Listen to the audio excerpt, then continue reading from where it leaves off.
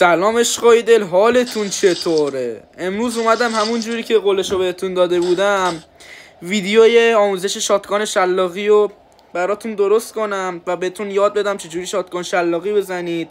خلاصه حالشو ببرید دیگه. و اینکه قبل اینکه بریم سراغ ویدیو بهتون بگم دمتون گرم که حمایت میکنید، انرژی میدید، واقعا تشکر میکنم ازتون. و دیگه زیاد طولش ندم، بریم سراغ ویدیو. برای اولین قدم شما این دوتا نایفا رو برمیدارید، این دوتا چوبشورا.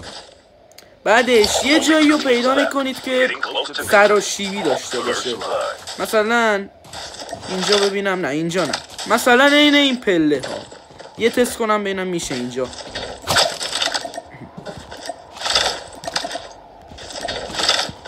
خب اینجا میشه، اینجا اوکیه. خب برای آموزش اسلاید میزنید، یه دونه نایف میزنید، گانو در میارید، میپرید، خودش میزنه. حالا سریشو میرم، اسلاید نایف گان، نشد بنازم، اسلاید نایف گان، اسلاید نایف گان، اینم از شلاقی. حالا یه بار دیگه بریم، اسلاید نایف گان. بچه‌ها شما باید به حاد خودتون قشنگ مسلط باشید که سریع انجام بدید. اسلاید نایف گان. حالا یکم باگ داره نمیشه، اسلاید نایف گان، اسلاید نایف گان، نشد بازم، اسلاید نایف گان. دیدید؟ فلج شدیم. اسلاید نایف گان، اسلاید نایف گان. دیدید؟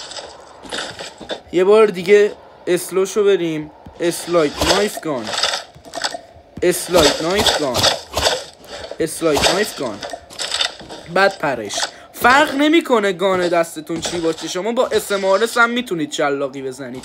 فقط این تکنیک رو رعایت کنید، با هر گانی بخواید میتونید شاتگان شلاقی بزنید. فقط قبل اینکه شاتگان شلاقی رو بزنید یادتون باشه اگه بپرید انجام میده، یا مثلا از ارتفاع بیفتید انجام میشه. الان من یه مثال بزنم براتون. مثلا من باگ رو انجام میدم، اینجا ارتفاع داره، اگه بپرم خودش میزنه. پس اگه میخواید خراب نشه شاتگان شلاقیتون، قشنگ کیل خوشگل بگیرید، سعی کنید جایی شاتگان شلاقی بزنید که مثلا انمی پیشتونه، یه چپ و راست کنید، بپرید، یه شاتگان شلاقی بزنید تو صورتش. و امیدوارم که خوب یادتون داده باشم. یه بار دیگه مرور کنیم، اسلاید نایف گان، بعد پرش. حالا یه بار دیگه اسلاید نایف گان، یه بار دیگه اسلاید نایف گان. خیلی باید سریع انجام بدید. اسلاید نایف گان، نشد، اسلاید نایف گان. دیدید؟ اسلاید نایف گان. و اینکه بازم میگم امیدوارم خوب یادتون داده باشم. و اینکه دمتون گرم که حمایت میکنید عشقای دل. امیدوارم از این ویدیو هم خوشتون اومده باشه. دمتون گرم، عشقای منید. فعلا خداحافظ شما.